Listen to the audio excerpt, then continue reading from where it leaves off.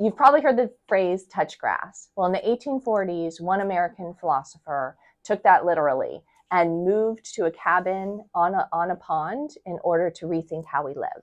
That philosopher is Henry David Thoreau, and today we are joined by Professor Andrew Bridges to talk about Thoreau, his legacy, and his philosophy. Thanks so much for being with us. Well, thank you for having me. I'm delighted to talk about Thoreau. Yeah. Okay. So let's start with the basics. Who was Henry David Thoreau? Henry David Thoreau was born in 1817 and died in 1862. He lived most of his life in Concord, Massachusetts. He lived just slightly past 44, which for that lifespan was able to accomplish a lot. He began writing in his early 20s.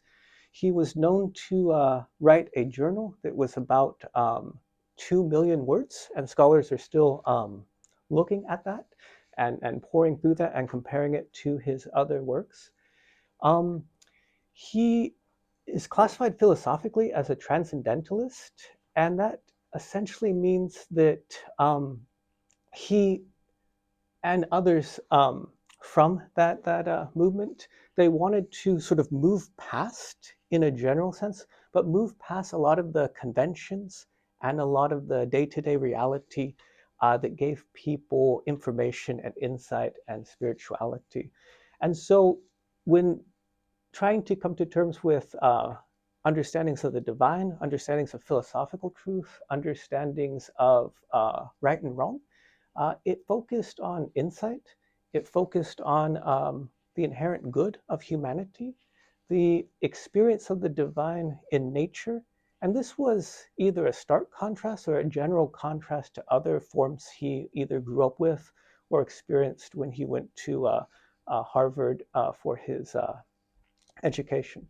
So he grew up a Calvinist that had slightly more negative views of humanity theologically, like a fallen nature, perhaps we're not free, and then institutional approach to different forms of religious insight.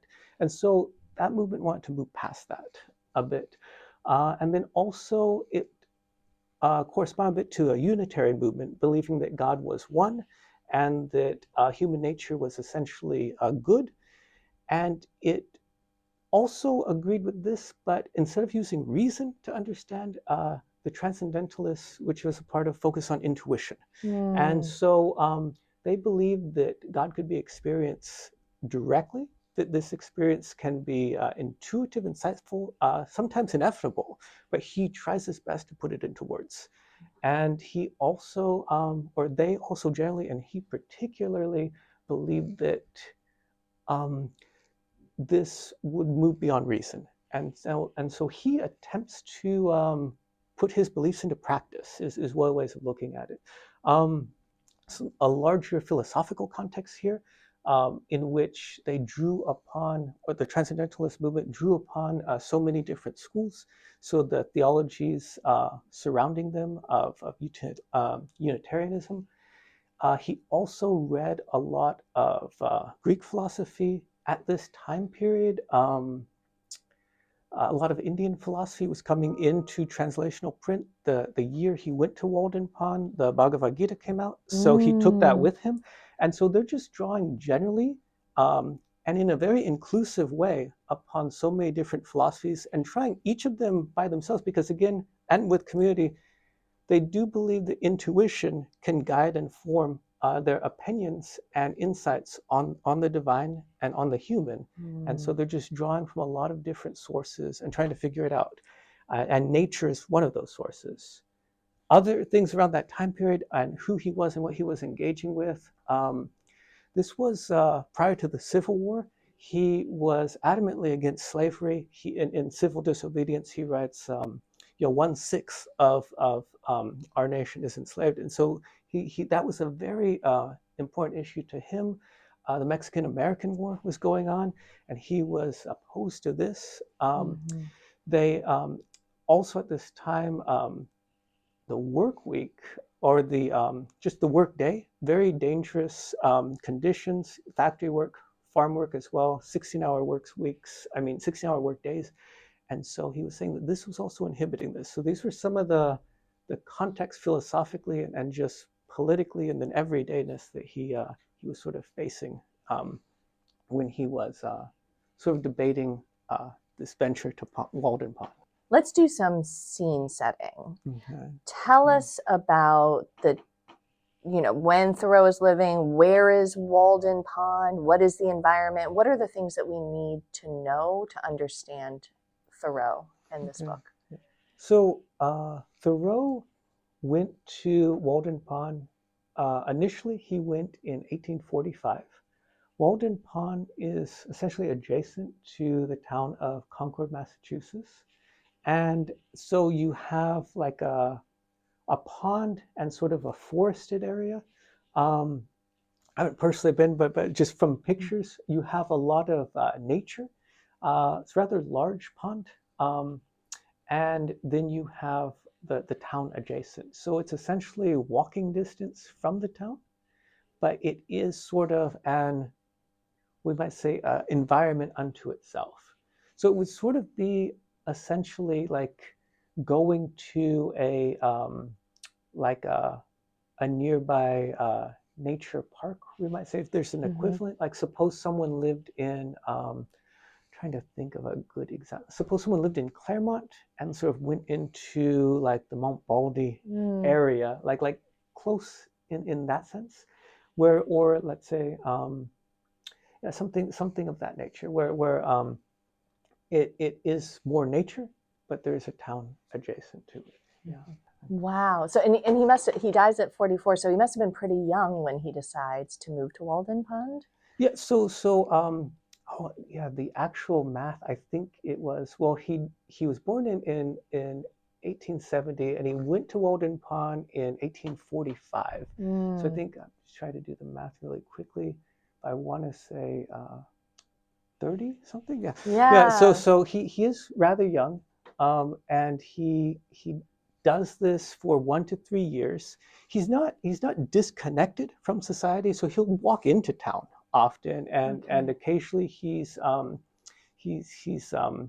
conversing with friends all the time, and they're meeting there at either in the woods or in town. So he decides to venture into that pond, but he doesn't necessarily stay there just sort of in isolation at all. Yeah.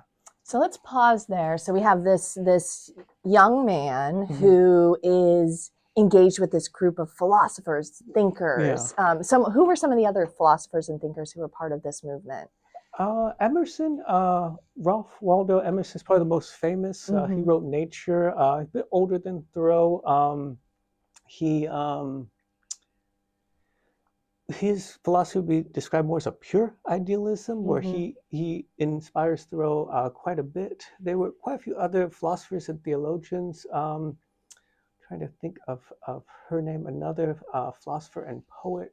But there are quite a few. Sophia Peabody Hawthorne was another one. Okay. Who she was one of the earliest ones, writer as well, sort of appreciating nature in the philosophy and writing. So there's quite a few. And they're all kind of in this kind of New England American milieu. What's interesting to me, so you have this young man, he's deeply engaged in social issues of the time, political issues of the time. He has a community of thinkers, and he decides, though, to move to a small cabin in nature. Why?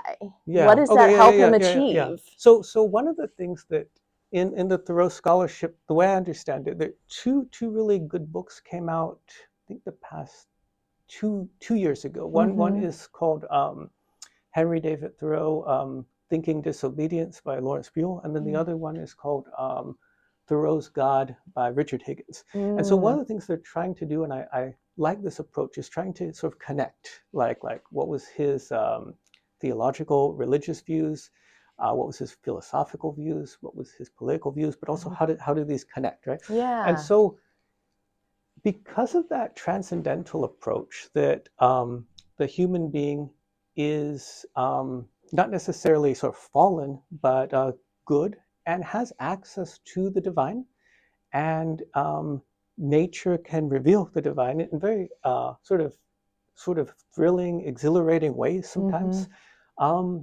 He wants to experience this, but he also sees that a lot of the what we might call the everydayness has become too much of a burden, and it's inhibiting this process. And so there's sort of like at least a dual way of thinking about this. He sees the average person in the town working all the time, also not sort of making any gains, right? So it's not like a model where like the 50-30-20, where like we 50 to bills, 30 to enjoyment, and 20 to savings. They're working all the time and have nothing left. And this is where some of the famous quotes like the mass of men lead lives of quiet desperation, meaning or men become tools of their tools, like in the sense of it's just work.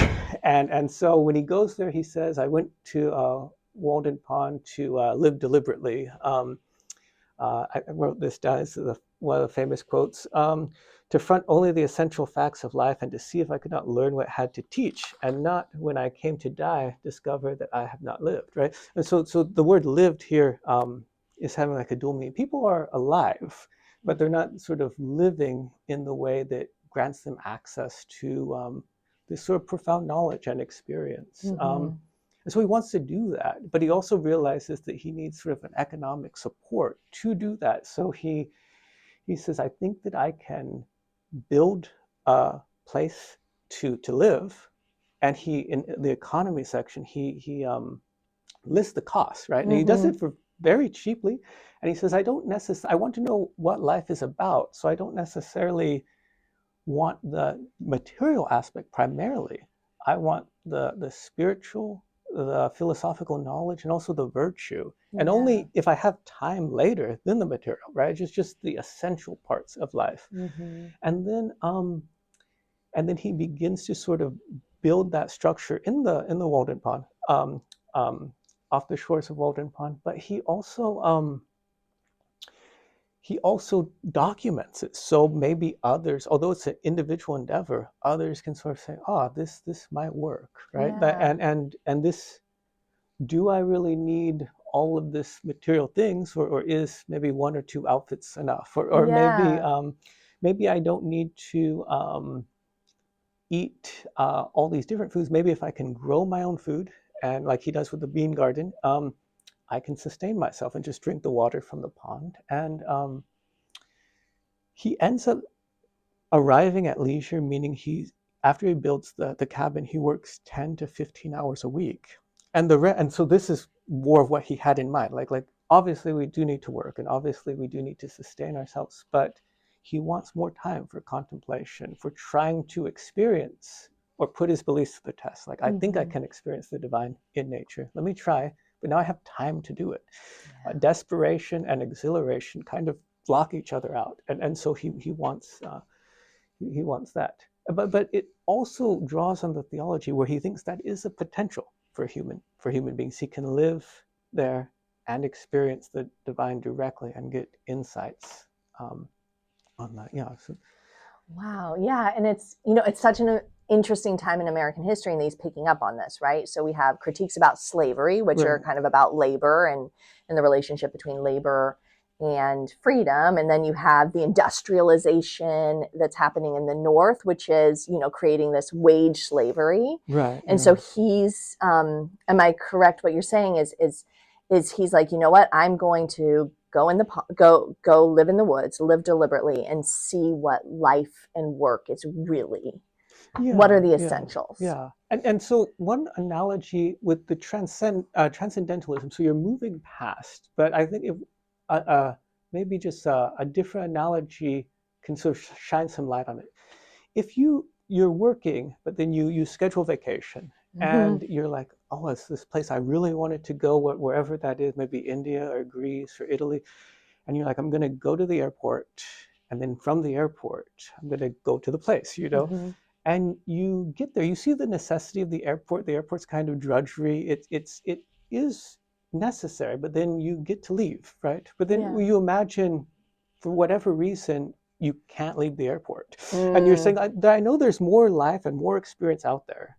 And I understand the necessity of this, but I can't spend my whole vacation in the airport, right? I need to get out of that and really see what there is, right? So Yeah. there is life like airport life, Mhm. and then there's the other life. And here in Walden particularly, his use of metaphors is quite like awesome, right? Yeah. Some will say that he is almost like writing scripture, which is sort of Mm. advocating his endeavor. And so he's very weary of the mechanistic and very hopeful of what he would call the natural, right? Um, some of his metaphors is morning brings opportunity, shows our freedom. When you wake up naturally, um, not by the use of mechanical devices, which he kind of thinks sort of starts you mechanistically, right? If you can just wake up naturally and you feel like this opportunity, this freedom, that first 30 minutes in the morning where you're just like, well, life can be, you feel energized, right? Mm-hmm. This is what he wants. And the mechanistic nature of things, he feels inhibits this. He feels it as one way, mechanisms themselves where people are just constantly working with machines and repairing them. And so if something like an extraterrestrial, hypothetical Mm. extraterrestrial was to look down, they couldn't quite tell where the machine stopped and the human being began because it's all just mechanistic. He Mm-hmm. didn't like that. So wakefulness becomes his metaphor for Mm. what he's trying to do, awaken himself, and then sleep becomes the other metaphor. There's this one passage where the beams on the railroad, those wooden beams, they're called sleepers. And he Mm. says, well, each one of those is kind of like a person. We admit that people ride on the train, but in a deeper sense, the train rides over people, right? Everyone gives all of their time in their life to creating this railroad, and so the train runs, right? So it Yeah. becomes like the train wasn't put there for the people, but the people for the train. And the Yeah. sleepers are the beams, but metaphorically, it's each one person that sort of laid down their life for that train to Yeah. happen. And so, yeah, so he's very critical in one sense of the mechanistic technology because he sees it as not enhancing life or liberating us from the work, but rather just creating more. Mm-hmm. And so this, I think, could have contemporary parallels in this way, but he's quite critical of that. Yeah.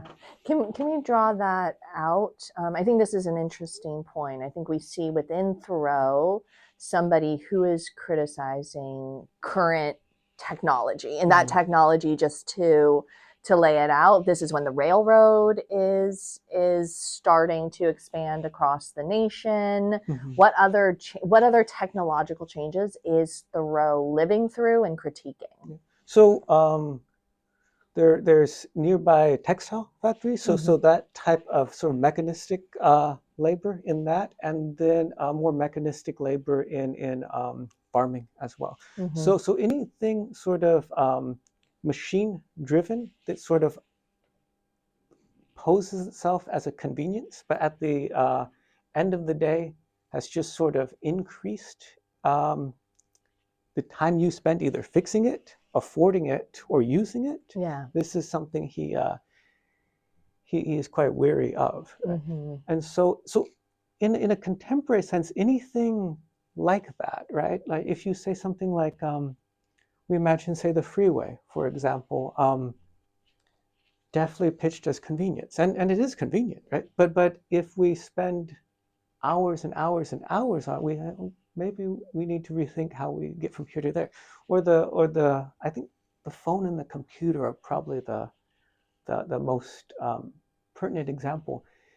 If you feel as though you're not using your phone for you anymore, but or just find yourself just on that for and you can't inexplicably, right? Mm-hmm. He would say, well, that's something to ponder. Why hypothetical, Mm-hmm. like why has the screen time been, and then there's not necessarily a reason for it, but it's more just sort of absorbing time when it is meant to be more convenient, and it is quite convenient, right? You Mm-hmm. can do a lot of things instantaneously with this, but it's not necessarily only if it's for you, that's good. But if it ceases to be, and you can't really quite tell when it did, Yeah. this is not good. Similarly with civil disobedience, the work there, when you have just a person just acting out a task, right? If the president sends people to the war and the soldiers say, you know, and he's describing this in civil disobedience, it seems like kind of my conscience is sort of tugging on me, but I'm going to do it. He's, well, that's also, there's a reason you have a conscience, right? And if the if you didn't need the conscience, it wouldn't be there. And as you're going to the war and you're not sort of addressing the conscience, then you are sort of falling into that automatic, right? You're just sort of uses like a wooden soldier, right? That someone says, "Oh, go there," and you go there, right? Yeah. So he's critical of technology using you and other people using you, and for living deliberately. He says, well, if you're not getting enough leisure time, you might be being used by the technology. And if you're sort of having issues with your own conscience in doing other tasks, then you might be being used by some more institutional type of structure. Yeah. So this raises the question of when one does disagree with a government, or when one does disagree with a technology, what are their options? What does one do? What does he do? And how does his method of social activism, how is it similar or different than either his contemporaries or those who came before? Yeah. So there is, and I was pondering dimensions of this for quite some time. It's fascinating to try to link his theological religious beliefs with his philosophy, with his political social action. And so one of the things I think first and foremost it's kind of original about him is this, and then also from those who follow, this idea that the human being as individual can govern oneself, right? He says at the beginning, and he means it kind of harshly at first, and then kind of walks it back a little bit. You know, government is the best. How does he say it? Government is best when it governs least. Sometimes not at all. And then he says, but what I mean in the practical is government should just govern better. But there shouldn't necessarily be a distinction between those who govern and those who are governed by that, meaning that the people who govern are just people too.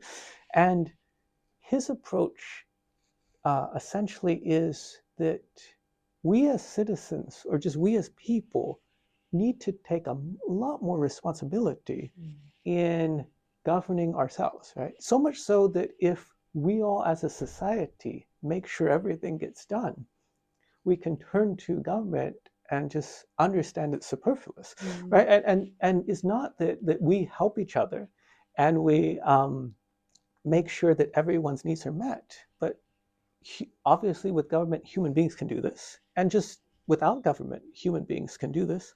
In this sense, he's seen more as a proto-anarchist, not in chaos, but just the fact that it takes so much responsibility collectively that government becomes somewhat superfluous, right? And so this is part of the activism that is kind of unique, and in the sense that he begins to act it out, in the sense that I'm going to create my own way of life. And the other thing, though, is when government does things that are evil, he says, don't support them.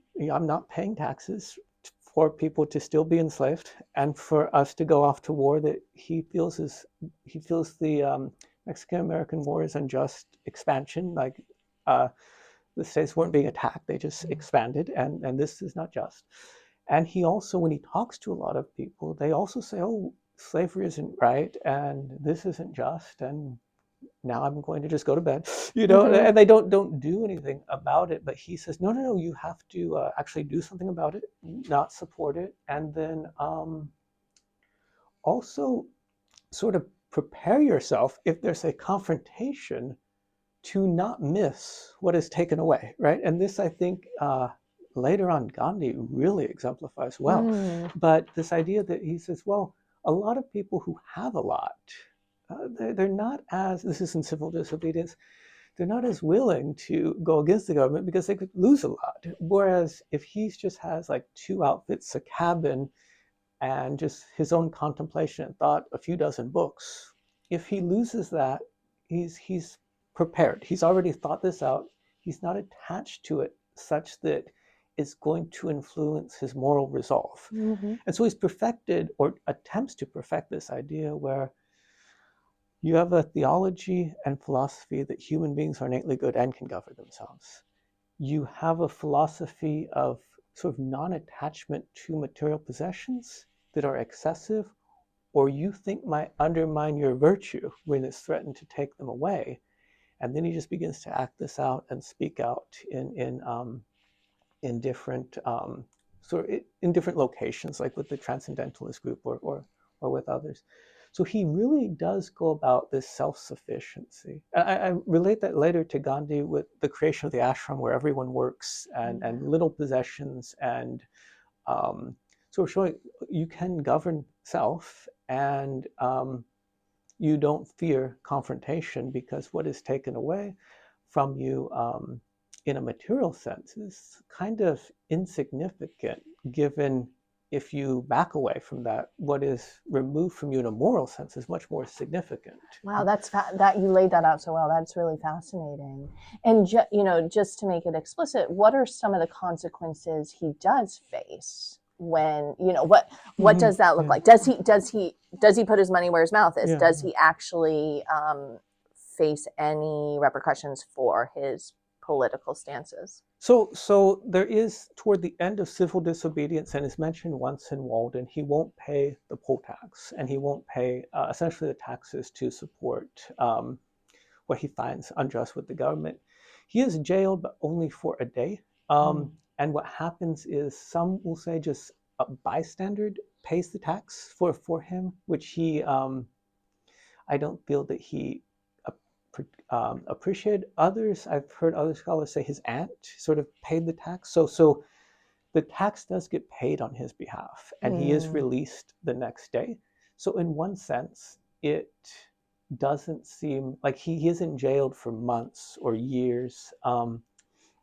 He doesn't lose his life from a sort of political standpoint. But he does seem, at least he reports, he does seem very comfortable where he's at, right? In the sense that he's just like,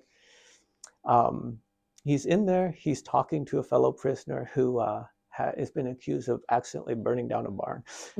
But it doesn't seem to bother him much. And when he gets out of the jail, he does sort of have like, no one really protested. No one really, he looks at the other citizens of Concord slightly differently there, and they kind of look at him differently, he says. And so maybe he is prepared in the sense that he does it and does go to jail, but it isn't like a long drawn out consequence of that. Yeah. What is the enduring?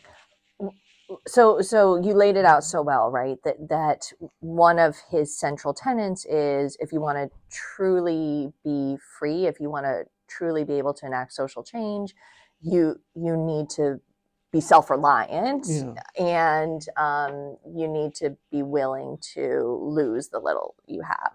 Does that stance, does his writing in general have, is it impactful during his lifetime or later, or what is his enduring influence?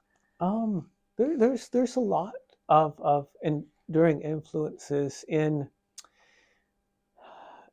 because of the way he writes. I think that this people really just find reading it inspiring, particularly toward the end, the last passage in Walden, where he basically contrasts the sun or the morrow, right? So there's this tomorrow that's chronological, like tomorrow will be, what day is it? So tomorrow will be Wednesday, right? But then there's also this hope for tomorrow that no passage of time can bring, but rather it's human resolve working together to bring us into a better tomorrow. That's sort of what he's saying. And this idea of human potential can be so powerful that it's blinding. And the blinding is sort of like, in a sense, if you're blind, you can't see. So we need more distance, right? In this sense. lots of writers really find this profound, right? And so after his death, shortly after, many just sort of praise him in different ways. Some compare him to like early Christian monastic, like the Desert Fathers who went out to. Others compare him to Saint Francis, and so he has a very lasting spiritual impact and admired in that way. Others really find his sort of love of nature and conservationism that becomes another dimension of his impact. Others tie that into ecology and just living and letting nature be and appreciating it. Uh, my own sort of bias or field of study is sort of how others who believe very different than him in certain senses are inspired by him.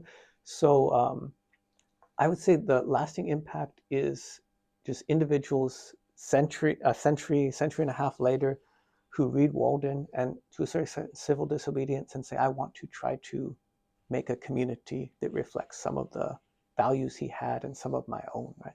So the classic one is B.F. Skinner, who wrote Walden 2. And you would kind of see, and this is sort of the beauty in it, you see someone like B.F. Skinner who seems like diametrically opposed to Thoreau. Yeah, tell us about Yeah. B.F. Skinner for those who don't know. So he wrote like Beyond Freedom and Dignity. He was a behaviorist. He seemed superficially, at least, to not value the mental life, but rather the behavior was his focus. He didn't believe in any radical philosophical sense of freedom, like the ability to do otherwise. But he fell in love with the writings of Thoreau. Like he would walk around Walden Pond and pick up trash. He'd have picnics there. He tried to get Thoreau brand pencils, which Thoreau's family made pencils. So he was really just a devotee of Thoreau, and he thought that he could, with behavioral science as the sort of the panacea or just solution to everything, create a community that tried to get at what Thoreau was getting at.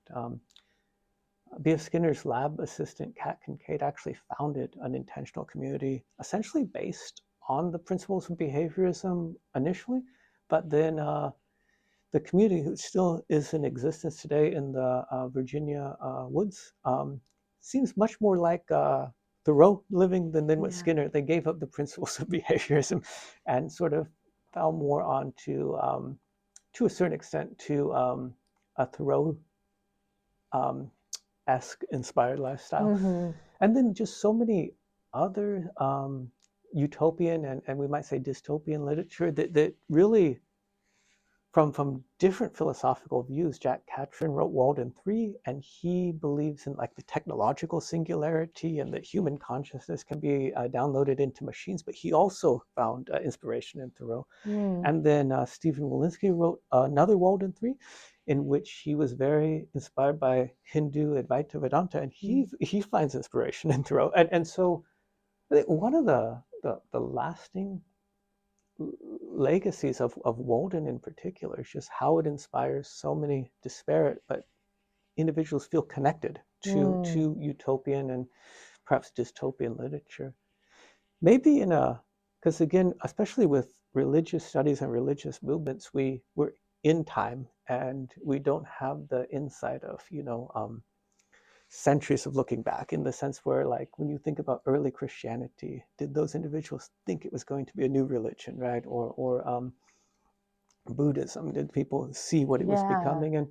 And perhaps some would suggest this, that Thoreau wrote something like scripture, and in a couple centuries it might become something very what we might call a religion, if not already, depending on. So this could be another legacy of his. Wow.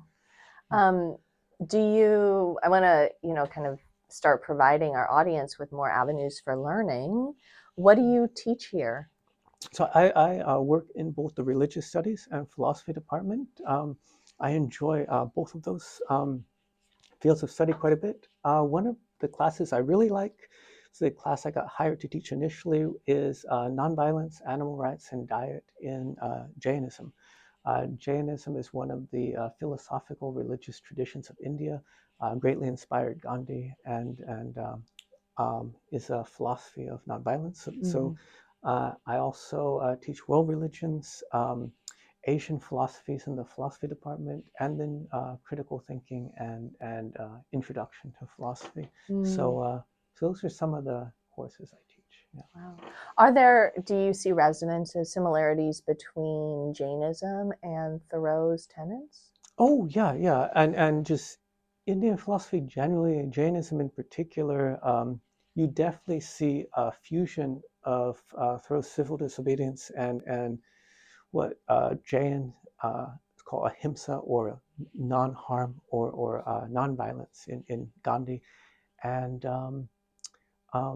the idea of non-attachment to the material in a general sense, whereas Gandhi said, "Live simply, so others can simply live." So not accumulating things for their own sake, and also practicing a non-attachment, because ultimately the virtue and the ethics and the moral decisions are more important to make them correctly than the accumulation of things, which Thoreau and the Jain tradition definitely both emphasize. Wonderful. Our department chair mentioned that you saw the article in the New Yorker, and just wanted, so I was wondering what you found fascinating about it. Yeah. So the context for this interview was there was an article in the New York Times about individuals who are buying replicas of Thoreau's cabin. And plopping them up in areas of wilderness. And I have to say personally, and I think this is why I became a colonial historian, I'm always fascinated by this question of moving away from society and what you hope to gain. Like when you do have to rebuild things from scratch, what are the choices you make? So I used to teach when I was in the classroom. I used to teach Thoreau in American history, but I've always been really captured by the quote unquote frontier, right? Alaska. I love going to road trips through Alaska because it also kind of gathers these people who are running away from society. But I think what I find so fascinating about Thoreau is this idea that you retreat from society to change society. And that's interesting to me. And that too, if I can ask a follow-up question, because you brought this up, there have been other religious strands that this idea that you do need to socially isolate to come to some sort of truth or... I mean, I think that how Thoreau understood transcendentalism, a moving past, right? You have to sort of declutter the mind, and also sort of in a practical sense, it's not much different than if I want to do a task either in a workbench, or I'm thinking of this table, but my desk, you just have to declutter all these things that are sort of getting in the way to set out a new task. In one sense, it was like that, but in another sense, I think he did feel that he had to move beyond, in a literal sense, to help him to sort of allow the divine to speak, and also allow him to experience that, and know that there was some type of sustainability with how he approached life. And so you do, in a sense, you retreat, but he was really just you in order to create a new form of life, you do need some distance from what you were doing to just gain perspective and contrast, and say, okay, this new insights are coming into being. I also recently on a road trip, we always listen to a podcast. We pick a podcast to listen to as a family, and we listened to a podcast about Ted Kaczynski, the Unabomber. And he too, I mean, that's a darker version of this view that you must move away from society. I think I don't really know, there was some mental illness there, but I think maybe for him it was more like being paralyzed in a deep, if you see society, technology is deeply corrupt, sometimes you remove yourself from it because you can't figure out a way to actually engage with it in a way that feels moral and ethical. Right. Yeah, they're definitely and in civil disobedience there were strains of that, in the sense not of just the fact that, because he was trying to say what he did support and what he didn't support. Towards the end he said, trying to see exactly how it goes, that the positive things that government provides I'm going to use, and try to affect change to make it more just, right? There is this dimension of, how should we say, when you get sort of overwhelmed with the amount of how you're viewing corruption, or when you just sort of see dominoes, right? So if I invest here, it leads to this, which provides that, and very easy to get overwhelmed. I think that sort of Walden Pond for Thoreau was more of a, in a sense, it was a compromise because he wasn't detached from society. And Skinner kind of mentions this too. You can't, when you imagine utopia, traveling through time, or some distant planet, or some island that no one else can get to, you have to be society adjacent, right?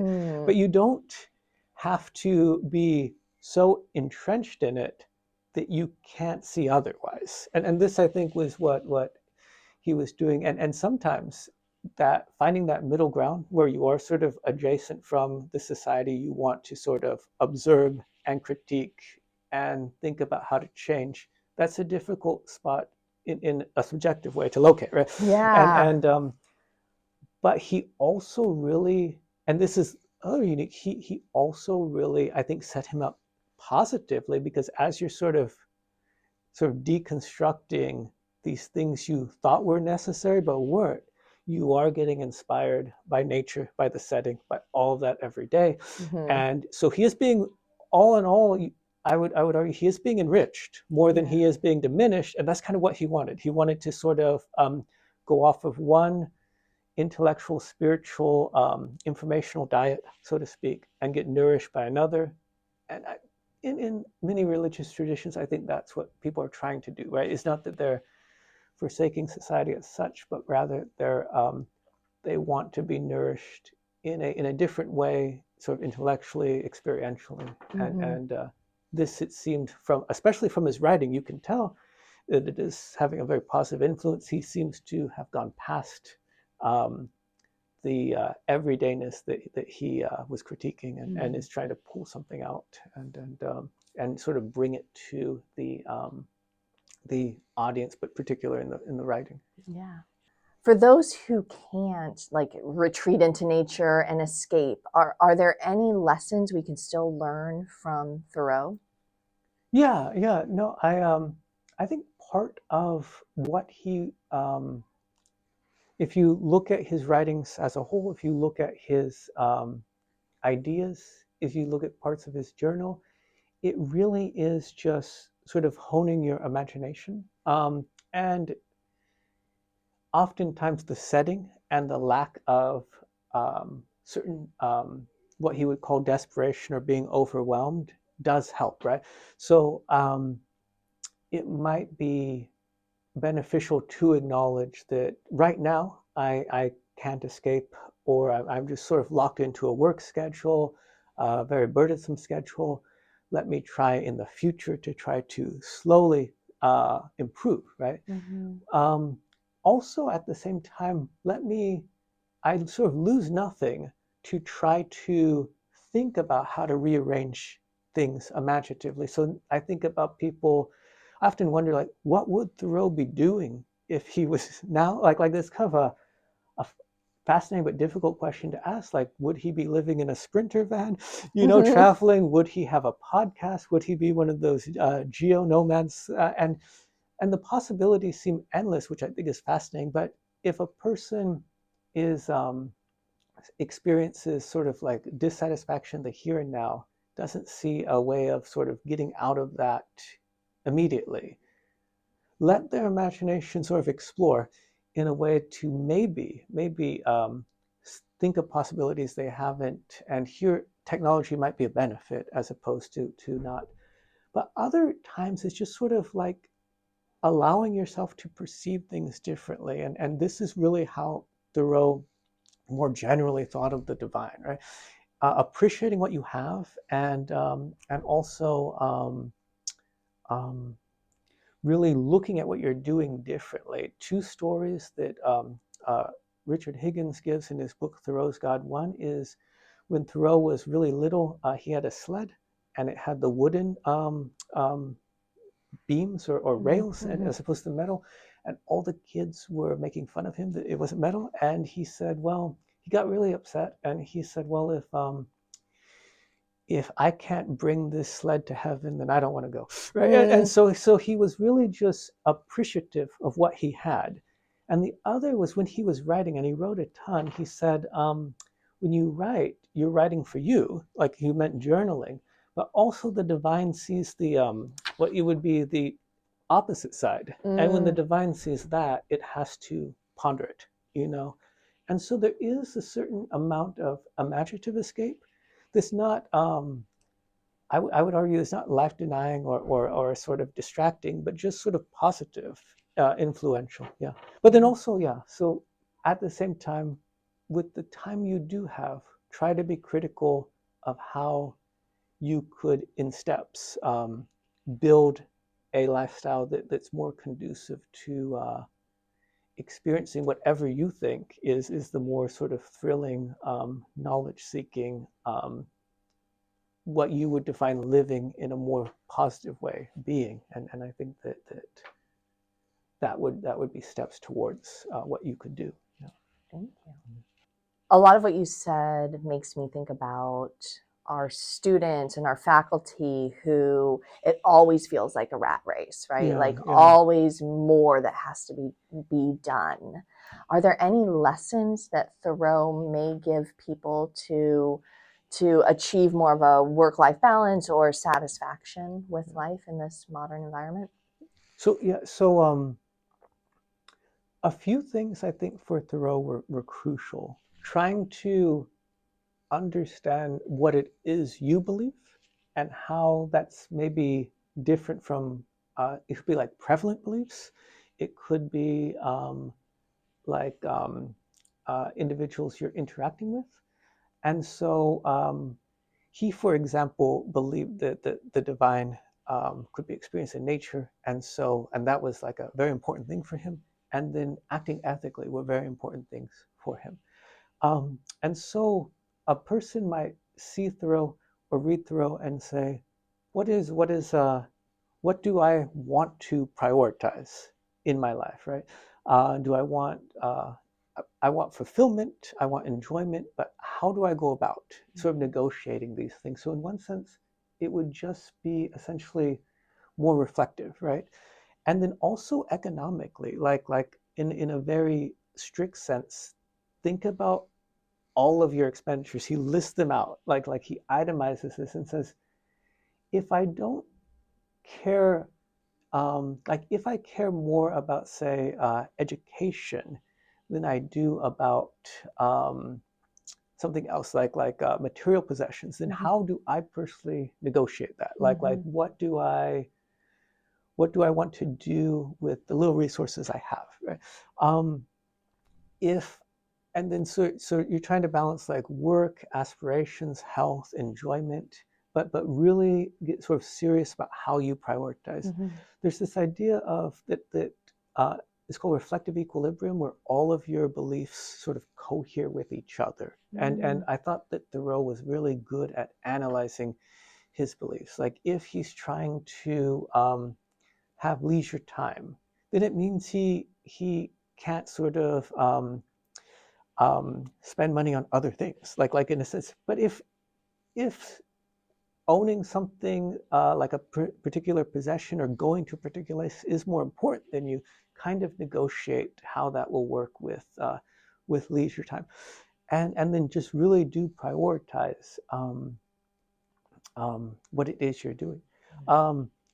Also, the system we live in, a very fascinating book that only initially will sort of speak indirectly. Todd McGowan's Capitalism and Desire. He said something fascinating that capitalism in general works on the idea of the promise that the future will be better than the present. So we postpone a lot of enjoyment in the hope that the future will be better. We work so hard. They say, oh, when I retire, or when I graduate, or when I summer comes, or when the future is better. And Thoreau didn't like that. Thoreau said, no, I do believe that the everydayness can be exhilarating. Nature is free in the sense of like you can just go out and experience the exhilaration of just being there in nature, and that can maybe be more important than having a certain amount of material possessions. So be critical of how you enjoy life. Is it what you want to do to enjoy life? And then how you're sort of negotiating how long you think the future is, right? Because you don't, like, Thoreau only lived to 44 and 10 months. I'm 44 and 9 months. Like Thoreau is sort of a good example of how he sort of took advantage of the now, but also lived in a way that he says, oh, what I own isn't important. It's what I experience and what I write and how I interact and the ethical decisions I make. So trying to organize your mental life and your desires, particularly. Sometimes you can do this even if you're engaged in some type of task. You can do this sort of along the side, like when you're sitting in traffic or so this may take no more demands on your time. It just sort of might take more mental effort in your trying to figure out what it is that you want. Yeah. Professor Bridges, thank you so much for being here and telling us about Thoreau's philosophy and how he approached life and giving us some roadmaps about how to live deliberately. Thank you so much for having me. It's been a pleasure to be here. Thank you. Thank you.